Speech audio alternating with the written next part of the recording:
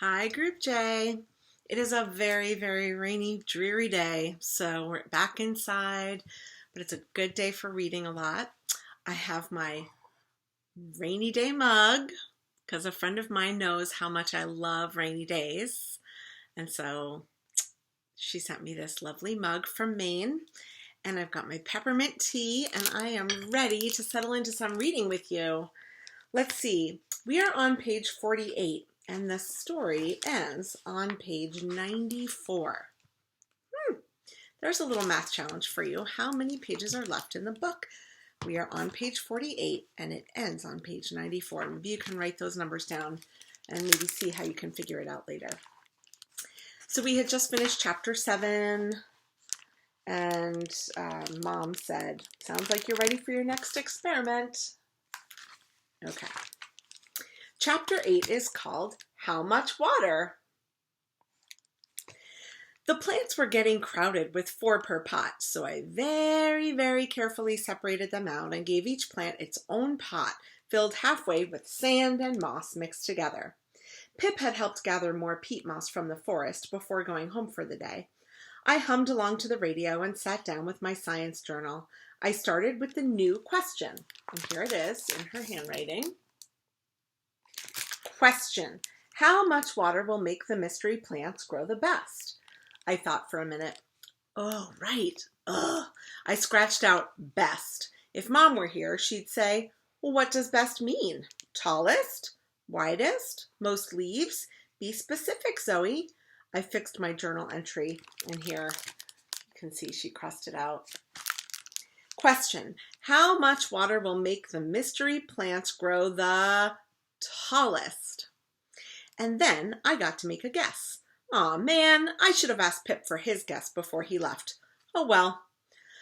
All right, Sassafras, we've learned that, I flipped back in my science journal, that the best amount of water is probably between 1 teaspoon and half a pot of water. Sassafras blinked lazily at me. I can kind of picture you guys doing that. And then laid his head down and started to snore. Well then, I guess I'd need to write in my journal quietly. Hypothesis: I think 5 teaspoons of water will make the mystery plant grow the tallest. I checked to make sure all my materials were on the table. Water, teaspoons, 12 pots with plants. Check, check, check. Okay, on to the procedure. How much water should I try in each?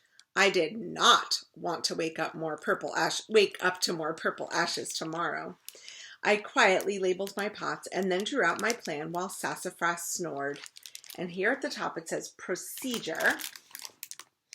And each one says 1 teaspoon, 2 teaspoons, 3 teaspoons, 4 teaspoons. TSP stands for teaspoons, as you see at the bottom. Wow, that's a really detailed science drawing. I started singing again, quietly, as I added the water. It couldn't hurt. 1 for you and 2 now, 2. 3 will do and 4 who knew. Do, do, do, do, do, do. Almost through. Now 12. Woohoo! Sassafras yawned and stretched. Ugh. Then he looked at my closed journal and the labeled pots and gave a little jump.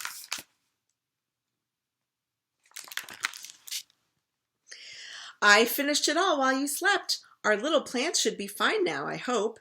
Let's go tell Mom and make sure my experiment sounds okay. I crossed my fingers and my toes as I closed the barn door. Please be okay, little plants, I whispered. And that's the end of chapter 8. We won't read any more today. What? You want to read more? Okay, we'll read more. Chapter 9 is called Not Again. I woke up the next morning full of hope, but when we got to the barn, my shoulder slumped. 3 more plants had turned to ashes. Mom rubbed my back. It's not your fault, honey. This is a tricky problem and a delicate plant. Which 3 did we lose overnight? The plants in the pots that got 1, 2, and 12 teaspoons of water. My stomach felt like I'd swallowed a rock. But look, now we know more about your plant, Mom gestured to the growing plants.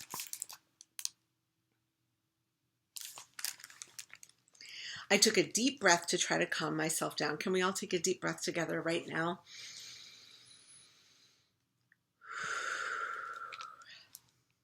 Panicking wouldn't help the 9 plants that were left. I grabbed my ruler with a shaky hand and measured. Okay, so it looks like this 6 teaspoon plant has grown the most. That must be close to the perfect amount of water. I poked a finger in the soil. It's kind of mushy and wet. That's strange, right? It is unusual. Mom seemed to be waiting for me to figure it out. I could do this. Okay, so we know that it likes sand mixed with moss and that it likes to be a little soggy. Soggy. Soggy. And there's all those dots between those words, so I know to wait a little bit. Soggy. Oh, boggy. It's that thing you were telling me about when I started, right? A bog? Mom smiled. Exactly. Remember, a bog is a kind of wetland. The plants there are used to soils that are similar to a sand-moss mix, and they're usually okay with a bit of standing water. I agree with your conclusion that our mystery plants seem to want to grow in a bog. I peeked out the barn window into the forest. And you said there's one around here? Mom pointed off in the distance. The one I know of is a few miles that way, but there aren't any roads to it. The only way to get there is pretty steep and long hike. I love hiking! I flexed my arm muscles. And I'm tough. Can I come with you to take the plants back? Please, Mom. I was super excited to get the plants back where they belonged, and I was a little worried that the longer I kept them, the more likely I would wake up to some more purple ashes. Mom laughed. You are tough. I have to go into work today, but maybe we can go tomorrow. Yes! I jumped up and down. Why don't you get all of these plants watered for the day, and then you and Sassafras can start packing everything we'll need for a long day hike. Hats and bug spray and snacks and all that. We're on it. All right, friends, let's see. Okay, I'm going to read one more chapter. I can't believe how many chapters I'm reading. Ugh, Miss Wimberger. Okay, so chapter 10 is called Surprise. Do you guys see that R that's in the word surprise, that first R? Sometimes people don't realize that's there because we don't say surprise, we say surprise, but it's surprise. Just a little tip. Okay, friends, chapter 10. Sassafras and I had just finished packing 2 backpacks, mainly full of yummy snacks, when we heard the magic doorbell ring. I think it's Pip. He was supposed to come this morning, but all those trips back and forth with the peat moss and stream water must have really tired him out. Sassafras and I ran for the barn. We opened the door to find a smiley Pip. What did I miss? He asked as he hopped onto my head. Oh, Pip. I swallowed and then broke the bad news. We lost 3 more plants, but we learned that the plants grow the tallest with 6 teaspoons of water a day. And see, I squished the wet soil with my finger again. We're almost positive they're bog plants. Ooh, Pip oohed. I'm sorry, actually it says cooed. I'm not wearing my glasses.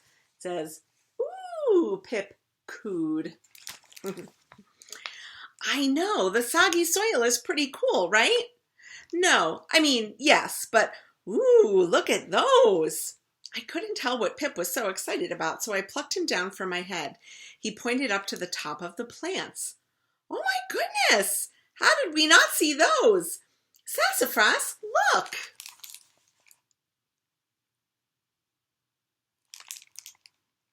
I picked up Sassafras. Pip jumped back on my head, and we crowded around what looked like sparkling flower buds.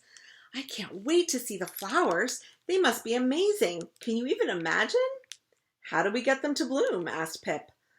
Well, that's a great question.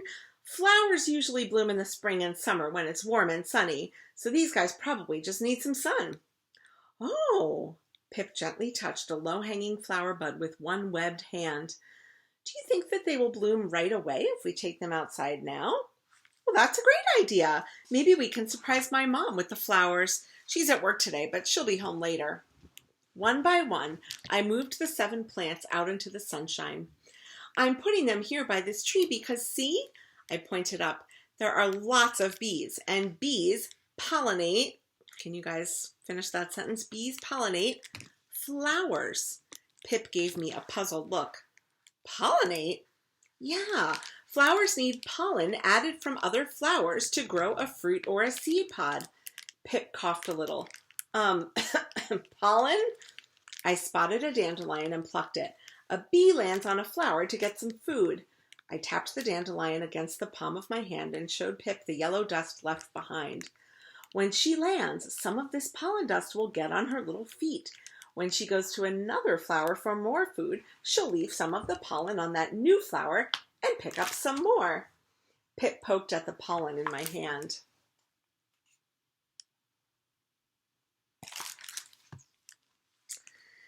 I scanned the yard and ran over to pick a dandelion that was white and puffy with seeds. The pollen the bees leave makes it so the flower can turn into a seed or seeds like this. I blew and all the little dandelion seeds rained down on Pip's head as he giggled. Ooh, so maybe we just need bees. I'm sorry, friends. And then our flowers will make more rainbow seed pods, exclaimed Pip. Yes, and then our plant won't go extinct. I cheered. We high-fived. Pip and I lay in the grass and propped our heads on our elbows as we watched. And waited. And watched. Nothing happened. Maybe we need some music. I can't bring the radio all the way out, but I could turn it up. I ran back into the barn and turned the radio louder. I walked back outside to check. We could definitely hear it. More watching, more waiting, more nothing.